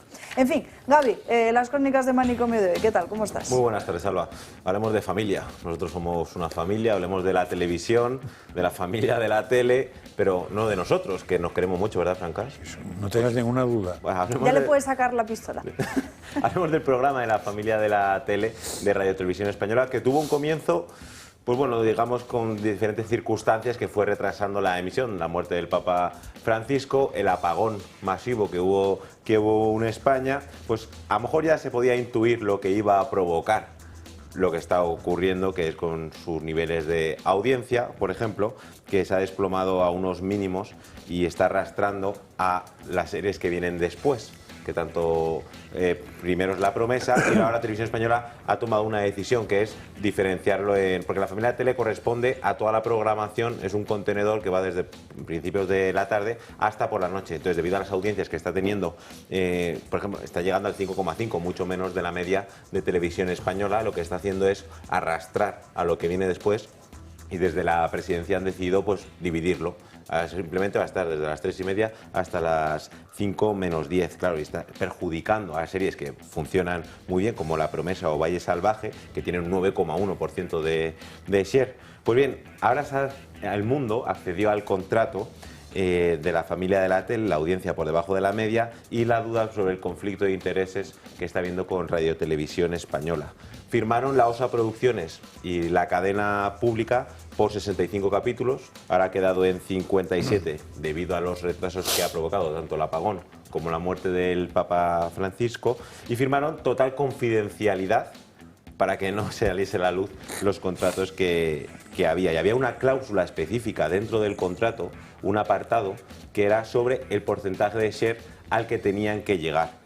Y dice que se establecía como audiencia de corte para la primera emisión de esta serie el siguiente share. Decían un 8% los que habían creado este contrato, y si a partir de la emisión del capítulo 10, durante 10 capítulos consecutivos, los índices de audiencia en la primera comunicación pública de los capítulos emitidos no han alcanzado dicho share, Radio Televisión Española podría mantener o alterar unilateralmente las condiciones. Esto provoca el día, la franja y el horario. La última decisión provocada ha sido que, evidentemente, han separado este contenedor de audiencias debido a que no está llegando al mínimo establecido y, claro, en la propia cláusula del contrato que habían firmado tanto la OSA Producciones como Televisión Española. Y si hablamos de presupuesto, estaríamos hablando de más de 5,5 millones traducido al día para todos los capítulos, para estos 57. El coste por día sería de 96.937. Claro, y si vamos solo al salario de los propios trabajadores, estamos hablando de 3,6 millones de euros. Y gran familia que son, claro, y si la quieren hacer crecer, pues imagínense ustedes la cantidad de dinero que tendrían que sacar de sus bolsillos. Cadena pública, imagínense ustedes de dónde viene este dinero, porque los presentadores, vamos a desglosarlo un poco. Un máximo de 1.600 euros por programa y un mínimo de 950.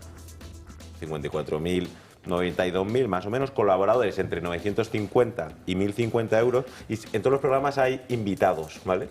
Que no tienen por qué ser asiduos, de vez en cuando llaman a alguien diferente. Pues bien, estos son 2.000 euros por participación.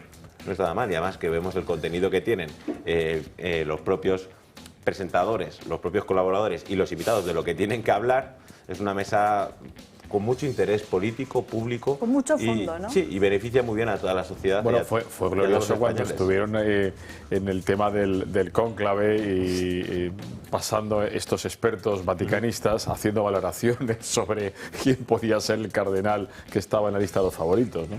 De hecho, el propio Consejo de Radio Televisión Española emitió un comunicado debido a esta cobertura que mandaron una reportera, como vamos a ver ahora, hablando de que, por favor, preservaran la cobertura que estaban haciendo todos los programas de la cadena y que estaba yendo un poco en contra de lo que estaba haciendo la familia de la tele, por ese tono burlesco que estaban utilizando a su enviada especial, en este caso, al propio Vaticano.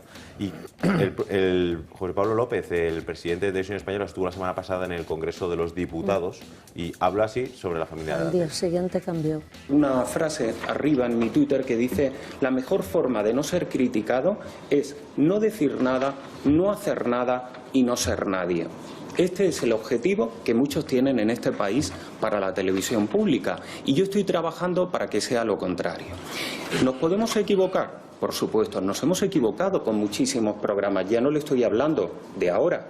En el momento que yo tenga ese convencimiento de que el programa no da más de sí, no tenga ninguna duda de que yo lo retiraré de la parrilla, pero me va a permitir que gestione la parrilla de la televisión pública con criterios profesionales, porque es lo que estamos haciendo. Dice que le den un poco de tiempo a la hora de trabajar para ver audiencias, que ya se ha visto cómo han dado marcha atrás y han quitado la franja horaria a la familia de la tele y le han reducido el tiempo de emisión debido a eso, a las audiencias que están teniendo, el presupuesto que han destinado y al final qué beneficios da Radio Televisión Española en este caso con la familia de la tele para el conjunto de la sociedad, que se puede ver de distintos panoramas, pero en este caso... Gasto y más gasto, porque son 600 euros el coste del presentador por programa. Es que ha dicho una cosa el señor ha venido a decir que es normal equivocarse y que las cosas no salgan. Hombre, será normal en una empresa. Con dinero público lo normal no se equivoca. Claro, los intereses políticos. Y si te equivocas para casa, vamos. El tiempo que sea, pero si tú estás pagando por todos. Hace un momento vimos ahí a 3 ministros por ese tema de la bomba Lapa, diciendo: ¡ay, está colocado ese ex con dinero público porque lo paga la Comunidad de Madrid y lo pagamos todos! Tienen una ley para... ¡Qué cara dura! Lo que sí pagamos todos es esta televisión, y este señor no puede decir: déjenme tiempo y que yo me equivoque. Lo cierto es que al día siguiente cambió y les cortó ya la mitad del programa, pero ha tenido las críticas de los propios trabajadores de televisión, que se han sentido avergonzados de que un programa de ese tipo no pinta nada en la televisión pública, y el pueblo les ha castigado. ¿Habéis identificado quién era la loca que bailaba en el reportaje? Lidia Lozano. Me lo he temido. Era Lidia. Me lo he temido que era ella, pero no la he reconocido. Por la distancia. La pusieron muy juvenil, hace un rato bailando. hablamos de oposición, ¿no? De hacer oposición. Yo no sé si os acordáis, un tal Javier Arenas, ¿dónde saltó al primer plano? En la Comisión de Radio y Televisión Española, que era en la época del 93 al 96, incluso antes, era uno de los lugares donde se daba la mayor confrontación política, porque lo que había era una oposición denunciando permanentemente la manipulación. Entonces, lo que es inaudito es que este presidente, esta comisión, que es tan importante, más allá de lo que diga el presidente, que bueno, tal, es decir, no se convierta en una palanca de oposición fuerte y dura. El nivel de manipulación a lo que estamos sometidos en la televisión pública es brutal. Es como en los años, es parecido a lo de los años 90 con María Antonia Iglesias. Hace poco os contaba, se ha muerto uno de los, no sé si era realizador o editor, que ha confesado que sí, que efectivamente que él puso vota PSOE en aquel gol de Butragueño en el Mundial. Que decían, no, ha sido un error, no. Es decir, ¿cómo es posible que la oposición no está aprovechando todas las comisiones precisamente para zumbar? Si aquí el problema no es el programa, te puedes equivocar en el programa, pero es lo que decía Carmen, oiga, es que este nivel de programa no puede estar en una pública, porque su nivel moral, ético, es lamentable, porque se trata de sacar la alcantarilla social de las personas, del mayordomo infiel, ¿eh? Es decir, la deslealtad es promocionada, la basura de tipos que son nada en la sociedad. Hombre, yo no digo que traigan a premios Nobel, pero es que como además ya no tenemos ni a Carmiña, no tenemos tampoco a la princesa de Porcelanosa. Es decir, ¿a quién tenemos? Pues tenemos ya cuartas, quintas, sextas filas que fueron novias de quién, de nadie, macho. Pero es que si una televisión privada como Telecinco, que desde luego busca audiencia y busca publicidad con la audiencia, echó fuera, terminó, dijo fuera este programa que no merece la pena, y va y lo coge Televisión Española. Pero claro, es que el Consejo de Televisión Española, ¿por quién está formado? Recordad que tuvieron el valor de, para elegir a los últimos que completaban todo lo que querían, convocar y mantener un pleno cuando estaba la Dana en plena ebullición, y el gobierno tuvo esa, pero como la gente parece que se olvida y le perdona las cosas, la oposición cada día lo que tiene que sacar, oiga, recuerden esto, oiga. Sí, pero para eso tiene que reunirse, ¿eh? Vete a saber cada cuándo se reúnen. ¿Sabes cuánto ganan los consejeros de Radiovisión Española? Sí. Es verdad. 115.000 de sueldo. Y después habla la otra por de 6 dinero. años. Chico, o sea, vamos. Y dietas. No tenemos que seguir avanzando. Gaby, ¿qué otra noticia nos traes para hoy? Somos una familia, eso está claro, y nuestro contenido es mucho mejor. Pero tengan cuidado con lo que ha pasado el fin de semana, porque hemos visto escenas de película totalmente por las calles de nuestro país. Y vamos a empezar, nos vamos a trasladar hasta la Costa del Sol, una zona donde se refugia pues grandes clanes narcotraficantes. Y lo que ha pasado este fin de semana es que ha habido un tiroteo en uno de los pubs irlandeses que hay en la zona, en el paseo marítimo, y ha habido un asesinato. 2 escoceses han muerto en un tiroteo en un bar de copas. Estaban allí reunidos viendo la final de la Champions. De repente un encapuchado se bajó del coche y abrió fuego contra varias personas que se encontraban en el establecimiento, y las primeras investigaciones de la policía pues apuntan a que el suceso estaría vinculado con un ajuste de cuentas que estaría relacionado con el tráfico de drogas, y nos están descartando otras hipótesis, pero ha sido tal el asunto que ha habido un eco internacional. Medios ingleses han hecho eco de lo que ha ocurrido, como por ejemplo estamos viendo en la BBC, que está diciendo 2 escoceses asesinados a tiros en España, tenían vínculos con bandas criminales. Medios de Escocia, que también están hablando, aquí el The Sun dice que los gángsters escoceses Ross Monaghan y Eddie Lyons Jr. asesinados en un doble atentado mortal. Dice que estaban aquí afincados, pero que tenían relaciones con el narcotráfico en Escocia, y eran bastante conocidos por los ingleses. Aparte de esto que ha ocurrido, el tiroteo en Fuengirola, vamos a venir aquí a Madrid, porque había una persecución en coche en un parque de la comunidad, en el Parque de los Ingenieros, entre Carabanchel y Usera. Como ven en las imágenes, es un iraní de 50 años que la policía la avistó haciendo unos gestos extraños dentro del coche, le dieron el alto, pero no lo hizo caso omiso y se metió en el medio del parque. Había niños, familias allí jugando y pasando el tiempo, hasta que la persecución no acabó aquí. Entró en el parque, la policía le dio el alto, no lo consiguieron, se fue y ya en la altura de Alcobendas ya tuvo un accidente, un percance, y ya la policía le pudo detener y le trasladó a dependencias hospitalarias. Y además no solo esto, fue reducido ahí con una pistola Taser porque el hombre, este iraní de 50 años, no quería parar el propio auto. Y también otro caso, que la Policía Nacional ha detenido a 2 mujeres en Alcorcón que habían creado una academia de la yihad que era dirigida a mujeres. Lo que hacían era un adoctrinamiento sobre la yihad en redes sociales. Y claro, son unas jóvenes de 19 y 21 años, una red virtual donde la ideología yihadista del Estado Islámico pues la hacían a otras fieles musulmanas. Y esta investigación ocurrió en 2024, cuando los expertos en la lucha contra el terrorismo detectaron una serie de mensajes que les llamó la atención y unos perfiles cuyas administradoras elaboraban y difundían material radical y violento de corte yihadista. Son sucesos que en un espacio-tiempo de 5 días han ocurrido, pero luego hacemos eco de que todo va bien, que España va como un cohete, y son hechos. En el caso de Girola, un tiroteo en la noche, una zona muy concurrida en el Paseo Marítimo Rey de España. Pues ahí justo es donde se encontraba el pub.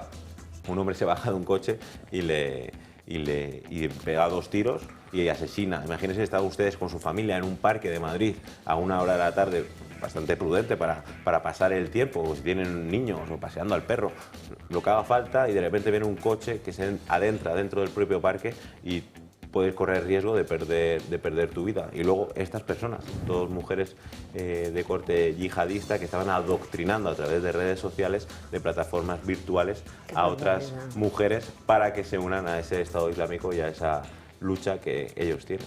Y tantos otros casos, algunos de ellos que son quizás más de prensa local y que pasan un poco más desapercibidos, pero Carmen lo habrá leído por ser gallega también. Muy cerquita de Caldas de Rey, este fin de semana también han localizado un coche con 2 cuerpos prácticamente incinerados, directamente, que no eran ni reconocibles. Ya somos Europa y África a la vez. La voz, sí. Antes nos quejábamos de estar aislados y ahora ya somos como el resto. En fin, Gaby, gracias por estas crónicas de Manicomio. Es lunes. Y los lunes nos cuestan muchas veces, ¿no? ¿Sí? Uy, que sí cuestan a veces. Algunos más que otros. Yo soy contento y feliz, pero voy a hacer más feliz a Fran Kass porque no le he traído un chiste. Os traigo un detallito. Pues ustedes imagínense para sacarnos una sonrisa. Sí, claro, llegan tarde al colegio, a su lugar de trabajo, se les ha estropeado el coche, no han cogido el autobús, pues qué mejor que hacer como este niño brasileño, que se llama Gutinho Rocha, que va al colegio en cerdo. Pues dice, oye, pues mira, mi madre no me puede llevar al colegio, pues ¿qué cojo? Pues cojo mi cerdo, no sé si es cerda, y me pongo mi casco y llego al colegio sin ningún tipo de problema. La verdad que esto sí que es adoctrinamiento del bueno. Del cerdo, aparte de darle un buen pienso, pues le llevo para que le aparco ahí para que de la sombra, en el para arbusto, que se entrevere bien la grasa, ¿no? Claro, y se hace gimnasia. No sabemos qué pasará con este cerdo en 2 meses. Dará un jamón perfecto, vamos. En una olla popular. Pues bastante movido. Seguramente llegas antes que con cercanía. Pues probablemente sí. Puntual, hoy no ha pasado nada.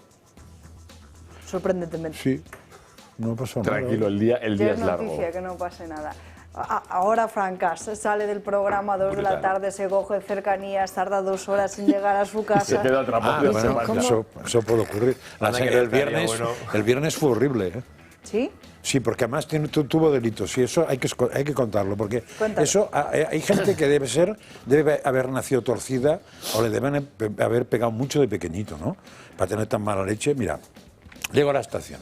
Entonces, la vía está todo parado, pero nadie decía nada, y veo el tren que va rápido a mi casa, que sé que no pilo nunca.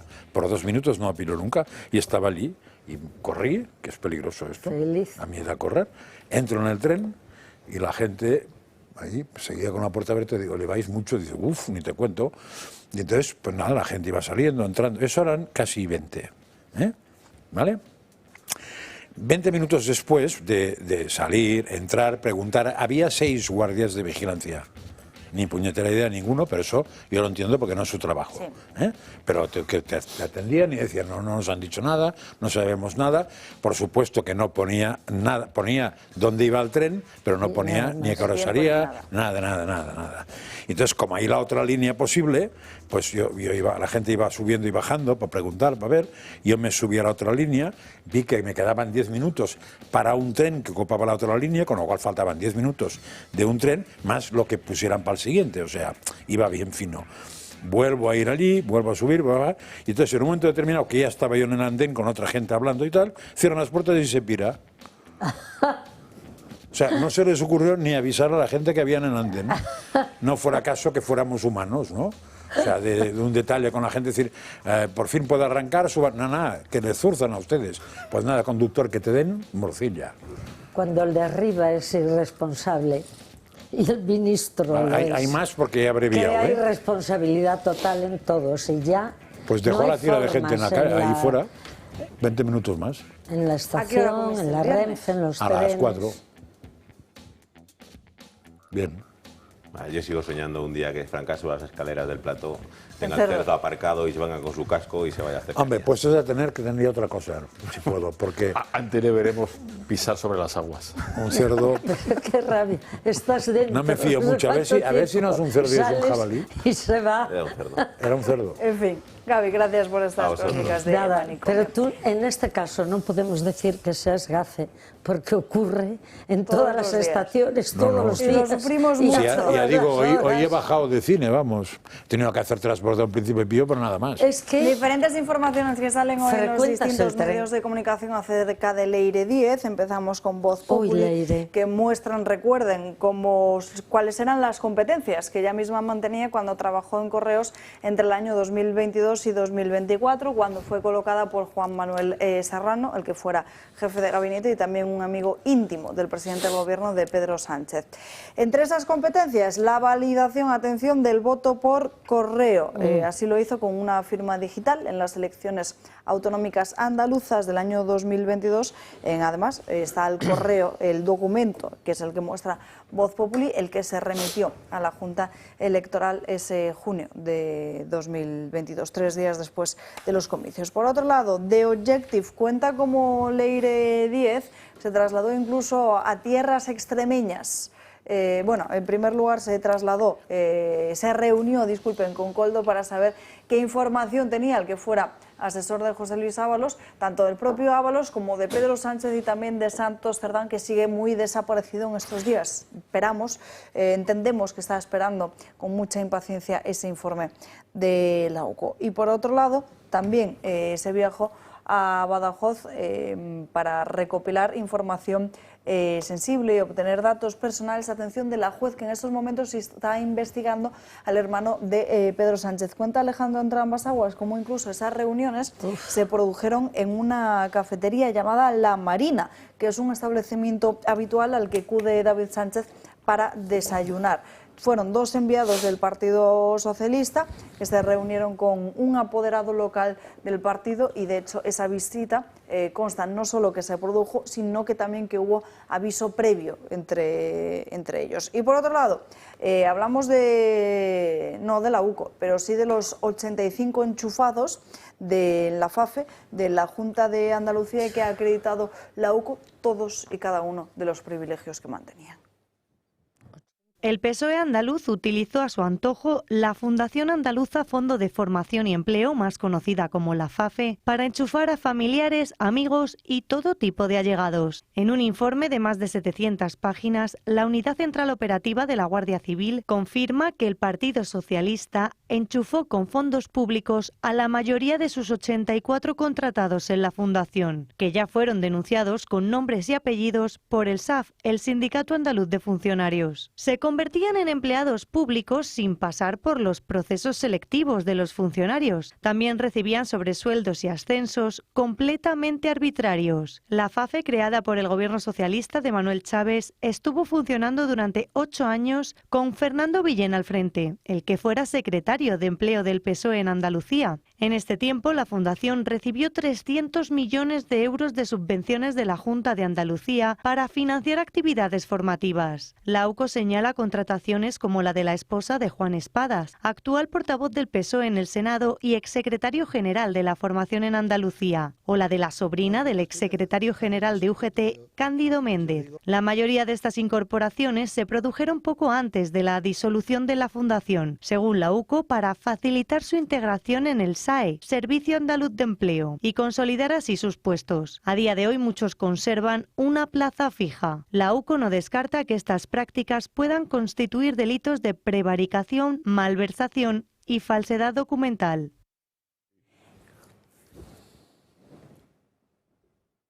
Y en los próximos días, los 10 magistrados del Tribunal Constitucional van a estudiar ese recurso presentado por el Partido Popular, pero sin embargo, atención, porque van a dar el visto bueno al grueso de esa misma amnistía, aunque sí que es cierto que no se meten a valorar, María Vallejo, lo que viene a ser la parte del delito de malversación. Muy buenas tardes. Muy buenas tardes, Alba. El Tribunal Constitucional ya se ha pronunciado sobre la ley de amnistía y ha determinado que es compatible con la Constitución.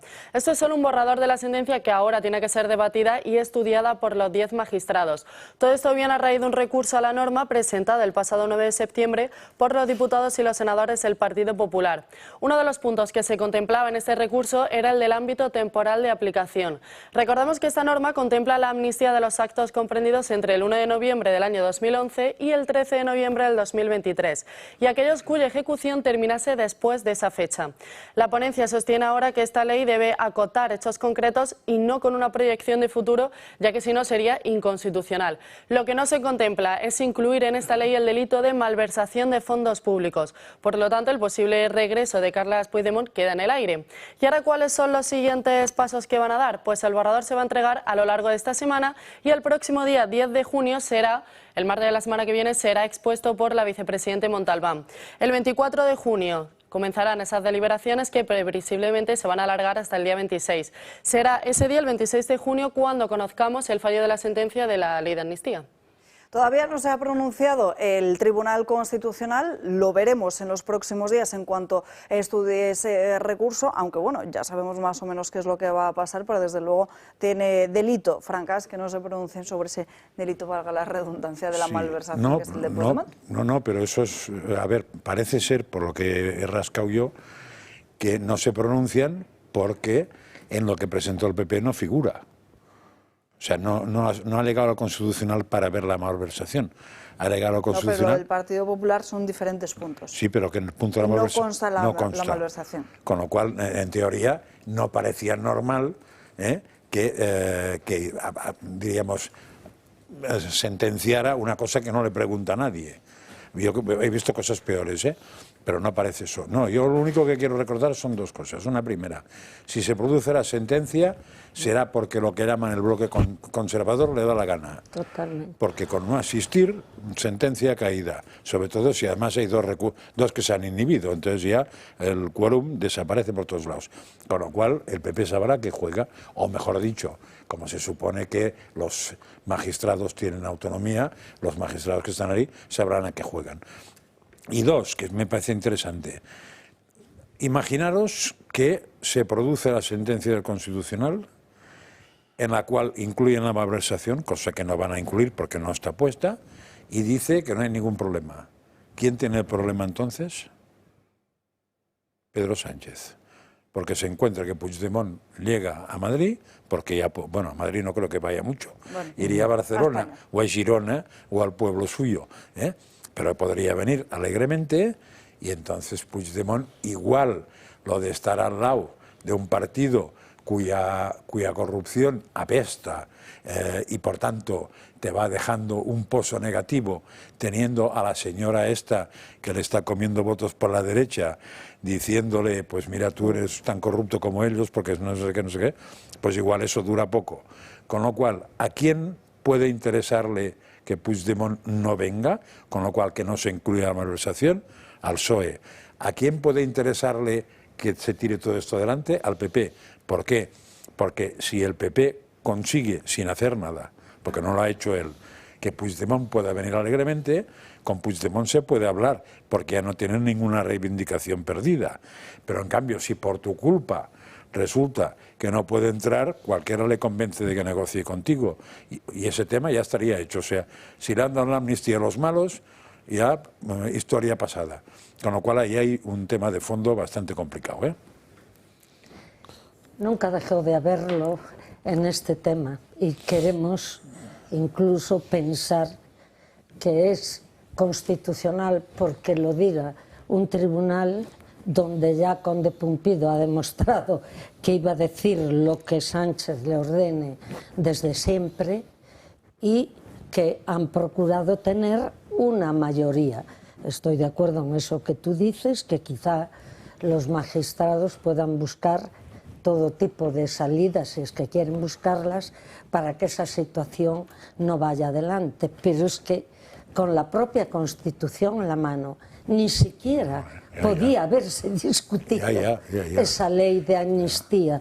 Digan lo que digan. Perdona, y si además, se hubieran leído por qué no figuraba la amnistía en la Constitución, claro, es decir, los debates que hubo durante la Constitución y por qué no se puso eso, que es lo que se llama el espíritu de la ley, que pesa tanto como lo que está escrito, no tendrían ninguna duda ni el más tonto de ellos. Pero como les interesa... Luego además hay la situación de Europa y que le han pedido que paralicen porque puede venir de Europa una paralización cautelar, pero les da igual. Realmente Conde Pumpido no se va con los bordes de la toga manchados, se va cuando se vaya manchado hasta el cuello. Sin toga. Y los cargos no son para toda la vida. Y los muros también caen, como cayó el de Berlín cuando casi ni se esperaba y de una manera que parecía imposible que tan pronto aquello desapareciera. Pues aquí va a pasar igual, no va a estar Sánchez toda la vida y Conde Pumpido creo que no podrá salir a la calle. No hay mal que 100 años dure. Última pausa de publicidad del día de hoy, pero si podemos hablar en libertad, ya lo saben, es gracias a todos ustedes, a todos los que forman parte del Club de Amigos, porque de su existencia depende que esta ventana de información esté abierta. El Club de Amigos además también organiza actividades muy interesantes, como por ejemplo la de mañana, día 3 de junio, que es la 9ª y última sesión del ciclo de José Javier Esparza. El tema a tratar van a ser las claves ocultas del 23F y va a haber una entrega de diplomas por parte de José Javier a los asistentes, tanto a los que han acudido de forma presencial como los que han asistido de forma online, que también se les va a hacer llegar.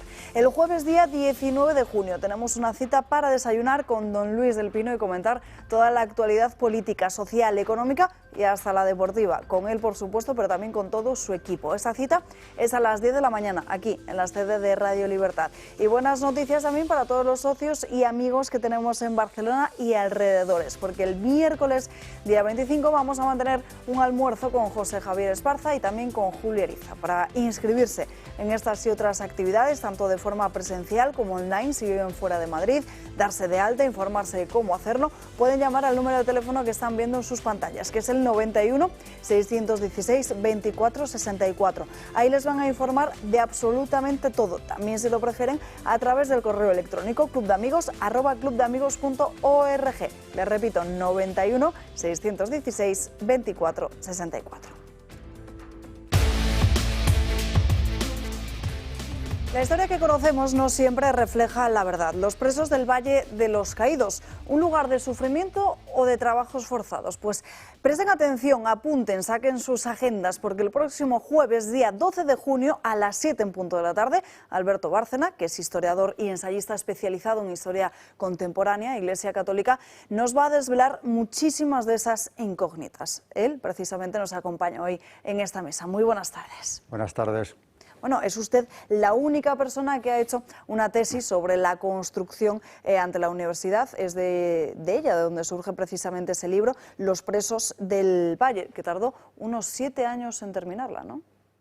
7 años porque tuve la suerte de encontrarme un fondo documental interminable, que claro, es una suerte enorme para un investigador, pero había que vérselo todo. Y en ver eso, que eran 69 cajas, en el archivo del Palacio Real de Madrid, pues tardé entre verlo, apuntarlo, transcribir y redactarlo, pues sí, 7 años. Que lo hizo usted solo, sin ayuda de nadie. Nadie, absolutamente. Yo no tenía becarios ni nada por el estilo, y además daba clases mientras tanto ya en la universidad. Pero, aunque a veces era muy, como que diría yo, poco animante, ¿no? O sea, meterte en eso, dices, esto lo acabaré, no lo acabaré, pero bueno, finalmente fue que sí. Y claro, me alegré mucho del resultado. Es un archivo que naturalmente algunos investigadores por ahí han ido y han visto cosas, pero entero, según el jefe de sala, todo eso, el fondo entero, no lo había visto nadie. Y fíjese que necesario es hoy en día ante esta situación que estamos viviendo. No sé cuál es el análisis que hace usted de todos estos últimos años. Pues ha sido en realidad un proceso que viene de atrás. La situación en la que se encuentra el Valle se empieza ya a preparar desde la misma transición. Empieza a ser un lugar abandonado cada vez más. Se le quita la subvención que tenía el Centro de Estudios Sociales, que era uno de los fines fundacionales más importantes del Valle. Eso ya se lo reduce el gobierno de Leopoldo Calvo Sotelo. Y cuando llega al poder Felipe González les quita toda la subvención, con lo cual el centro cesa en su actividad, porque era inmantenible ya a partir de ahí. Y bueno, eso fue la primera parte. El sitio va siendo cada vez como más olvidado. Con Felipe González no hubo más problema que esa subvención que desaparece.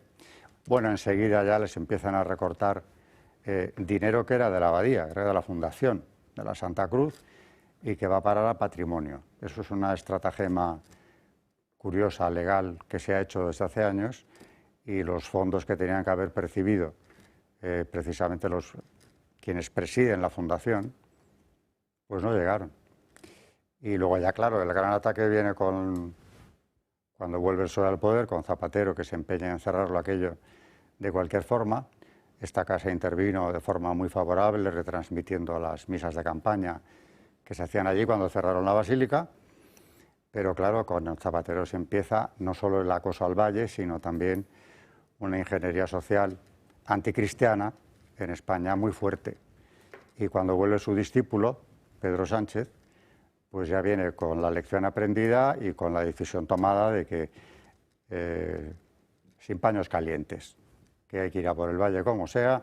Zapatero ponía disculpas porque hablaba de que era un sitio peligroso, que se podían desprender piedras y no sé qué. Un buen día decidió que daba igual que se desprendieran y que entrásemos otra vez si queríamos.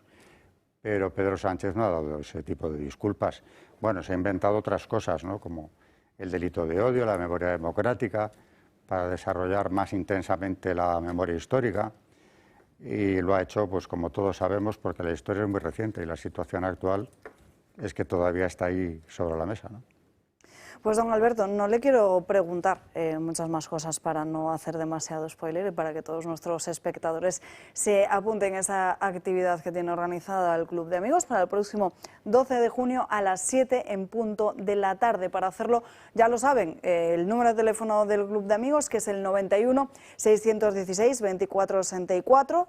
Recuerden, 12 de junio a las 7 en punto de la tarde, con Alberto Bárcena, al que le agradecemos enormemente haber estado estos minutos aquí con nosotros. Un placer.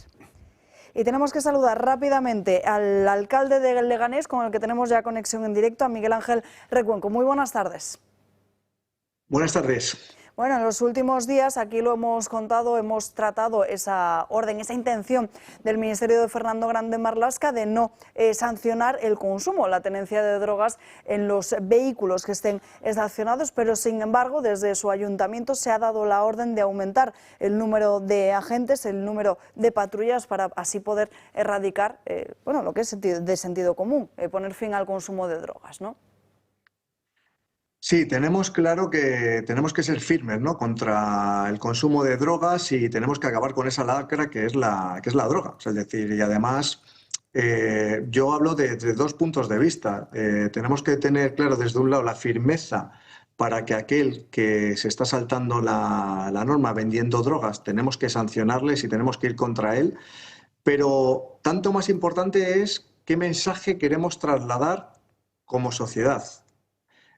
Si a las administraciones nos ven titubeando contra aquellos que están vendiendo drogas y parece que somos aliados de ellos, pues evidentemente vamos a dejar una sociedad peor. Y mientras que yo esté al frente de la alcaldía de Leganés, yo no quiero que los jóvenes de la ciudad tengan una idea de que consumir drogas es algo bueno, ¿no? Que parece que es lo que el ministro Marlaska nos está trasladando, ¿no? Aumentando esa permisividad y dando instrucciones para que no se atente contra aquellos que están vendiendo drogas. No sé si le ha llegado ya alguna respuesta por parte del Ministerio del Interior, mejor dicho, alguna reacción a esta voluntad del Ayuntamiento. Yo, de momento, no nos ha llegado absolutamente nada. Lo que sí creo que el Ministerio debería reflexionar, porque yo estoy en estos momentos hablando en nombre de Leganés, pero estoy convencido de que muchos alcaldes, por no decir la totalidad de los alcaldes de España, sean de la ideología que sean, están en contra de que se permita el consumo de drogas en sus calles. O sea, sabemos todos que al final el consumo de drogas te lleva luego también a otra serie de problemas, altercados. Fíjate, pues eso, consumir drogas en un coche y luego coger el coche, ¿no? Los problemas que puede haber.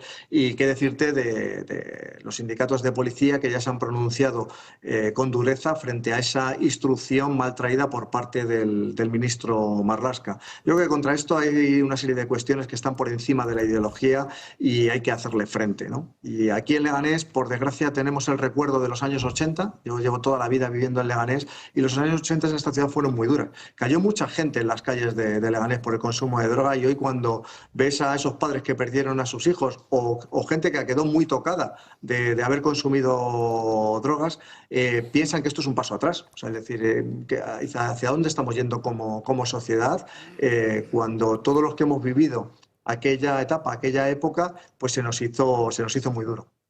Bueno, fíjese que hace apenas unos días, no recuerdo si fue la semana pasada o la anterior, hablábamos con la alcaldesa de Galapagar, con la señora Graciano, y precisamente nos trasladaba también su descontento con el Ministerio del Interior y su exigencia a Fernando Grande Marlaska de que se aumentaran el número de efectivos que tenían que ver con los delitos de competencia estatal. No sé si usted en Leganés vive una situación similar.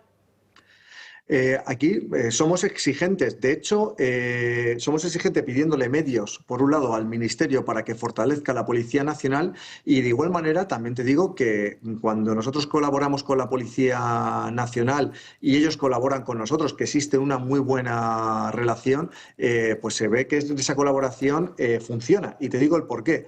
Hace unos días desarticulamos una banda que estaba traficando con drogas aquí en la ciudad, ¿no? Y es una persecución que se ha realizado durante una serie de años y que por fin ha visto la luz y hemos acabado con ese tráfico de drogas que se estaba realizando en un piso de la ciudad. Si al final lo que fomentamos es justamente lo contrario, el de estar cruzado de brazos y no hacer absolutamente nada, no sería un piso, serán cientos de pisos los que realizarían ese tráfico de drogas y al contrario. Yo creo que hay que tener mucha firmeza. Sí que le pido, por un lado, al ministro esa colaboración, esa dotación de medios y que aquí en Leganés, si tenemos medios, van a tener unos aliados para combatir la droga. Yo creo que tiene que ser un fin común el que nos tiene que unir para acabar con todo ello. Pues Miguel Ángel Recuenco, alcalde de Leganés, muchísimas gracias por atendernos. Un abrazo. Muchas gracias a vosotros. Y desde Leganés nos vamos hasta Polonia, porque este domingo se han celebrado las elecciones presidenciales con un resultado que viene en línea, desde luego, con otros países europeos que también han acudido a las urnas recientemente. Marín. Así es, Alba. Ha sido un fin de semana de elecciones en Polonia y el resultado ha sido bastante esclarecedor. El candidato soberanista Karol Nawrocki ha ganado las elecciones al globalista Rafał Trzaskowski. Según datos de la Comisión Electoral Nacional, ya se han contabilizado el 100% de los votos.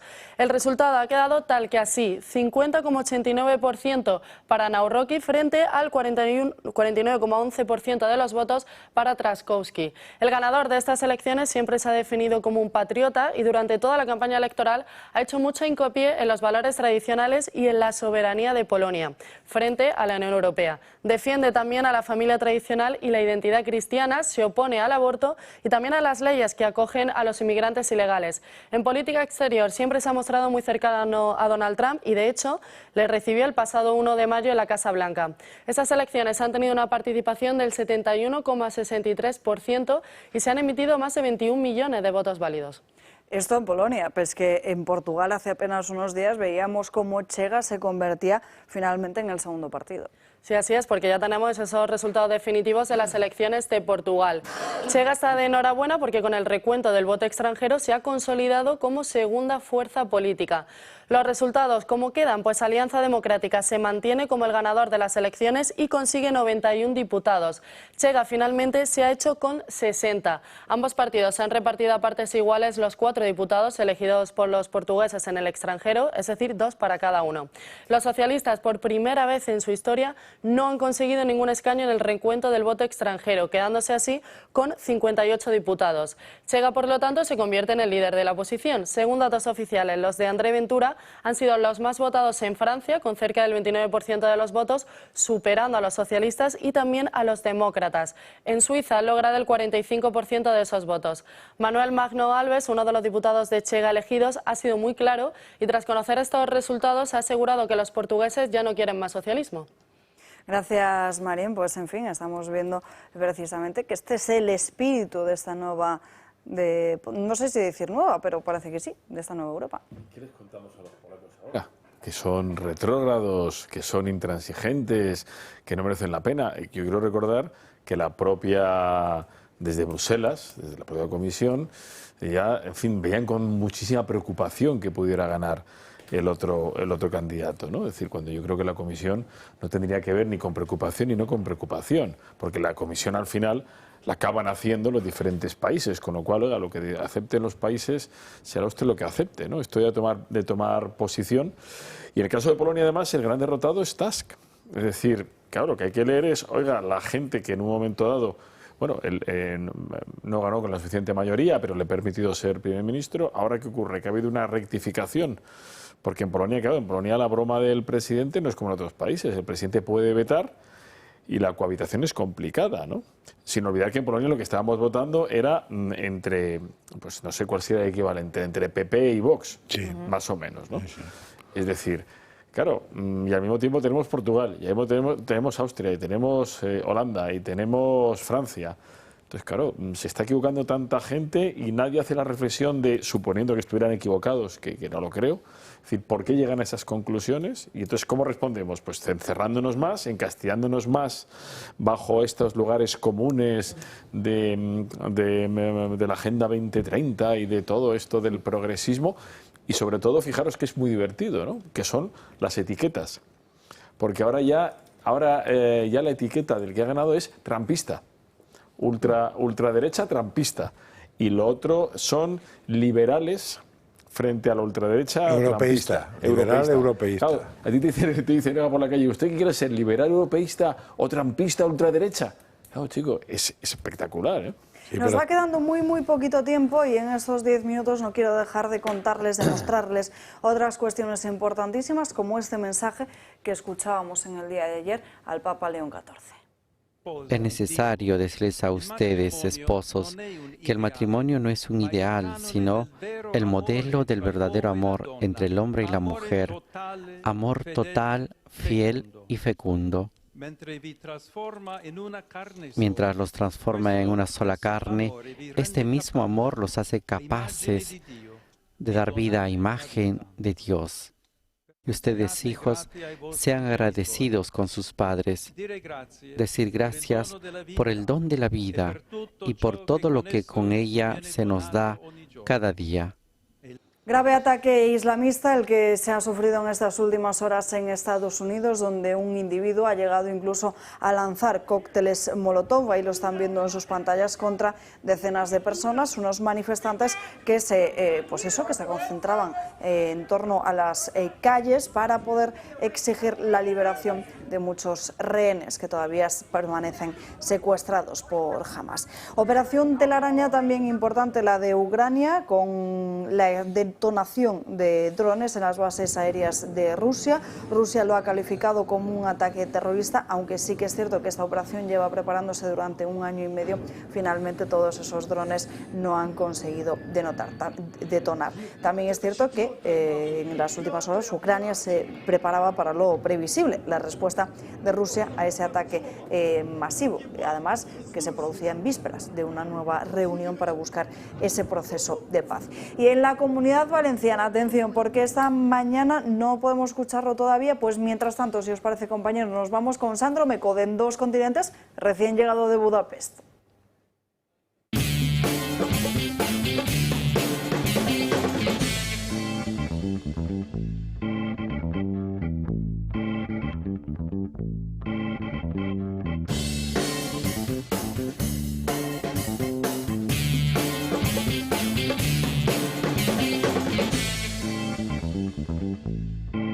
Pues nada, pues ya estamos por aquí. Han sido unos días muy interesantes en Budapest, en esa SIPAC que tenía pues el lema de la era de los patriotas. Estábamos hablando ahora de los resultados en Polonia y Portugal y parece que efectivamente ese es el sentir, independientemente del país del que provengan, de todos los líderes políticos que han acudido a esta cita. Hemos hablado con muchísimos, han venido desde Europa, desde Estados Unidos, desde América Latina, todos ellos, y además de forma exclusiva, los vamos a tratar y vamos a dar esas declaraciones esta noche aquí en Dos Continentes. ¿Qué ha sido, Sandro, lo que más te ha sorprendido, el mensaje que más te haya calado de esta reunión de conservadores? Fíjate, pues barriendo un poco quizá para España, te diría que la popularidad de Vox con todos los líderes, porque independientemente de con quién hablaras, todo el mundo conocía a Vox, todo el mundo conocía a Santiago Abascal y además describían con bastante emoción la fuerza tanto del partido como del propio Abascal, y eso, la verdad que al final, bueno, estás aquí en España y por supuesto conoces el partido, pero luego no sabes el alcance que tiene a nivel internacional hasta que precisamente hablas con todos estos líderes. Hablas con Liz Truss y le conoce, hablas con gente de Estados Unidos y le conoce, y la verdad que ha sorprendido bastante. De hecho, Orbán, bueno, disteis parte del discurso, que llamaba a Abascal capitán, que decía que era uno de los mejores guerreros que tenía por toda Europa y que si hubiera un sistema electoral justo, Vox llevaría en el poder desde hace bastante tiempo aquí en España. Y cuando dice hablas es porque realmente Sandro Meco ha hablado con muchas de esas personalidades, que creo que esta noche en Dos Continentes vas a hacer